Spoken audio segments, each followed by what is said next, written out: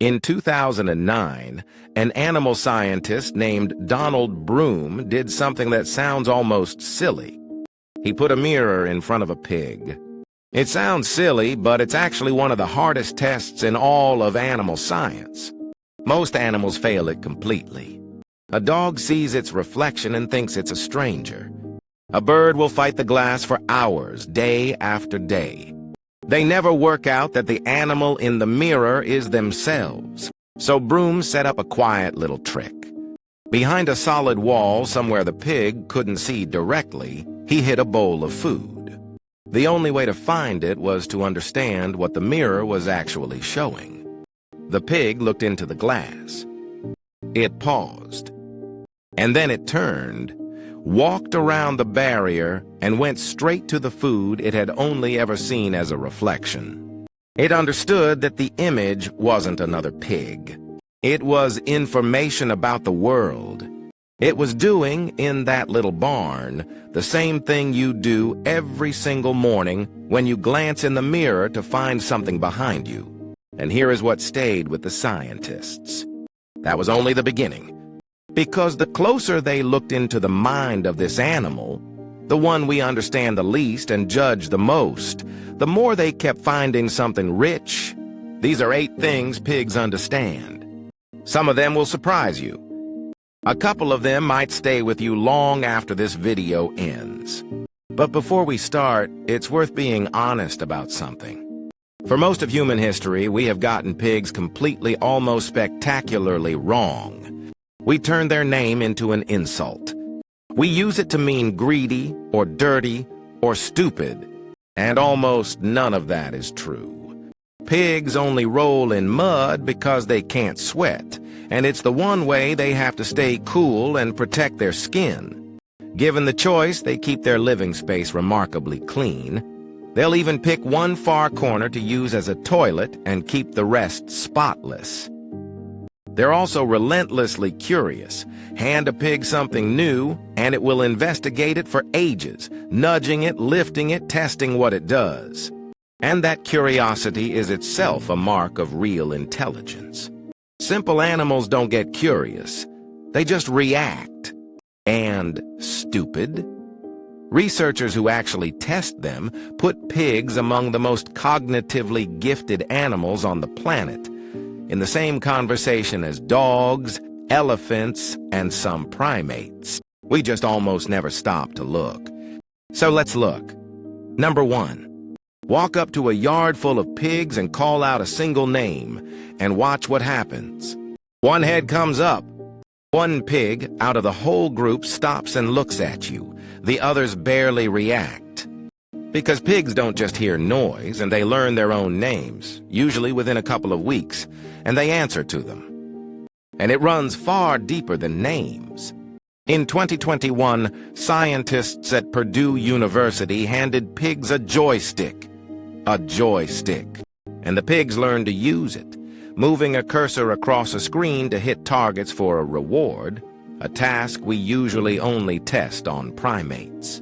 They understood that moving their snout changed something on a screen in front of them. That is abstract thinking in an animal we call dumb. Pigs have also been taught to sit, spin, fetch, and run agility courses faster than many dogs, and to solve simple mazes by remembering, give a pig a problem, and more often than not it won't panic. It will stop, study it, and work it out. Pigs can also recognize individual human faces and tell them apart. The person who feeds them, the person who's gentle, a stranger. So to a pig, you are not just a human, you are a specific person. One it knows, one it has formed an opinion about. And that opinion is something you earn. There's a phrase scientists use for this: emotional contagion. It means feelings can spread from one creature to another just by being near them. In one well-known study, the researcher Inonge Reimer watched what happened when a single pig became stressed. And the pigs around it, animals who had nothing to fear themselves, began to show stress too. tense bodies, lowered heads, tails clamped down. The fear moved through the group like a ripple across water. But here is the part that's easy to miss. It works the other way, too. When one pig was calm and content, when something good happened to it, that spread as well. The loose, easy body language, the soft, low grunts, the whole group settling around it. Scientists think this is one of the building blocks of empathy itself, the ability to take on another's feelings as your own. And pigs have it. There are even accounts of pigs going out of their way to comfort a distressed friend, pressing close against them, touching snouts, and simply staying there. And whether or not we're allowed to call that compassion, it looks an awful lot like it. A pig in a group isn't sealed inside its own head. When one is frightened, they carry the fear together. When one is happy, they share the calm. They are, in the most literal sense, in it together. Watch piglets play and you'll recognize it instantly. The running, the spinning, the gentle mock-fighting, the pure, pointless joy of it. Pigs play the way puppies play, the way children play. Not to get anything, just because it feels good to be alive. And while they play, they make a sound. A quick, breathy, panting bark. Scientists who study these sounds have a name for it. In fact, researchers can now read a pig's calls so well that they built a system to translate them, and they can estimate how good or how hard more of those bright positive sounds means by every measure we have, a happier pig. And here's the flip side. A pig that's bored or has nothing to explore plays less and less. Joy, for them, depends on the life they're given. There's something almost difficult about that when you sit with it. The animal we picture in mud and noise and nothing more laughs. It knows what fun is. It goes looking for it. Pigs will play with balls, with straw, with whatever new thing you give them, inventing their own little games out of nothing at all. And if a creature can feel joy that clearly, then it can feel the opposite just as clearly. So far, it's been wonder, mirrors, joysticks, laughter. But the next few are the ones that tend to stay with people. Because this is where we stop asking how clever pigs are and start asking how deeply they feel. Stay with me. For a long time, we told ourselves that animals live only in the present. No yesterday, no tomorrow. Just the passing moment. For pigs, that turned out to be wrong. In experiments measuring something called cognitive bias, scientists found that pigs anticipate the future, and that their mood, a pig that's been living a good life approaches something new with optimism, expecting it to turn out well. A pig that's had a harder time approaches the very same thing, braced for the worst. They also remember. Pigs can recall where food was hidden, return to it later, and even keep track of which hiding spot held more. A kind of memory we once thought was uniquely human. So a pig waiting at the gate isn't standing there with an empty mind. It's expecting something. It looks forward to the people it loves arriving. It anticipates the warm parts of its day, the same way you look forward to seeing someone you've missed. In one study, pigs learned the daily routine so precisely that they grew restless in the very minutes before feeding time every single day, not because they could smell anything yet, but because they had learned the shape of the day and knew exactly what was coming next. And an animal that can look forward to things is, by definition, an animal that can be let down. That can wait for something that never comes.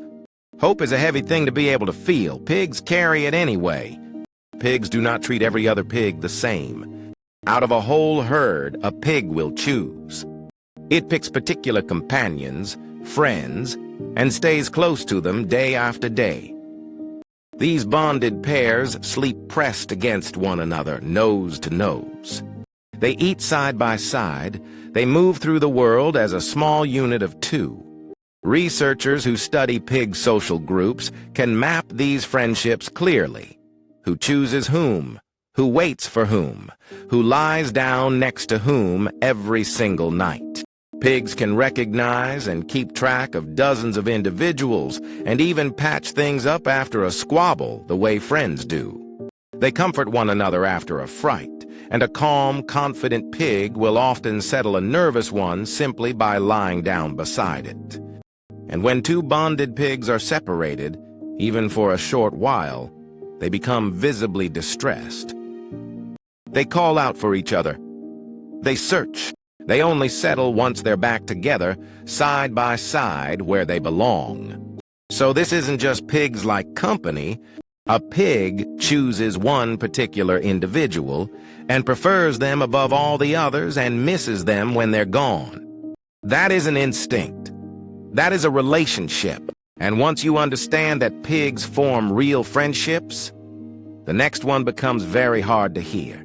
When a pig loses a companion it was bonded to, the people who care for them describe the same thing over and over in almost the same words. The pig goes quiet, it eats less, it stops playing, and it returns again and again to the spot where the two of them used to lie down together. It stands there, it waits, as if it still expects the other one to come walking back around the corner. Science is careful here, and so should we be. Grief is a hard thing to measure from the outside. But think about everything we've already seen. They form deep bonds. They feel each other's emotions. They remember the past and expect the future. Put all of that together, and you're left with an animal that clearly understands absence, that notices and is changed. When someone it loved is... We don't always like to imagine that a farm animal can mourn, but everything the science shows us points the same way. And if a pig can grieve a loss like that, then it can understand the opposite, too. It can understand when someone is good to it. Pigs remember how you make them feel.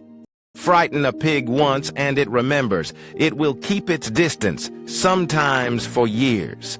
But show a pig gentleness, and that stays with it just as long. There are countless accounts of pigs recognizing a person who was once kind to them after months apart, sometimes much longer. The voice, the walk, the shape of the hands. And when they recognize that person, they don't hesitate or hang back. They come running, grunting, leaning their whole weight in for a scratch. A pig that's been treated gently grows up trusting and curious and openly affectionate. It seeks you out. It flops over for a belly rub. It asks, in its own way, for the slow scratch behind the ear it's learned to love. The same animal raised in fear becomes a different creature entirely. That difference is on us. At animal sanctuaries, the same story plays out again and again. A pig arrives terrified of people, flinching from every outstretched, because every piece of kindness a pig is given, it keeps. It files it away under your name, the specific name it has for you, and it carries it forward. The way we treat them is never really forgotten the moment we walk away. To a pig, it stays. It becomes part of their story, and we get to decide what kind of story that is. So, let's go back to where we started, to the pig and the mirror. We have spent a very long time telling ourselves a simple, comfortable story about this animal, that there isn't much going on behind those eyes. But the science keeps saying the same thing, a little louder every year. Behind those eyes is a mind that knows its own name. That can learn a joystick. That feels what its friends feel. That plays and laughs and hopes and waits at the gate. That chooses who to love and grieves when they're gone. And that remembers, for the rest of its life, every single act of kindness it was ever shown. It is in nearly every way that matters to us a someone, not a something. Maybe the real question was never how much pigs understand. Maybe the real question is how much we chose not to see. If this changed the way you look at them even a little, stay with us. Because the cows are next, and what a mother cow feels for her calf will surprise you even more than this did.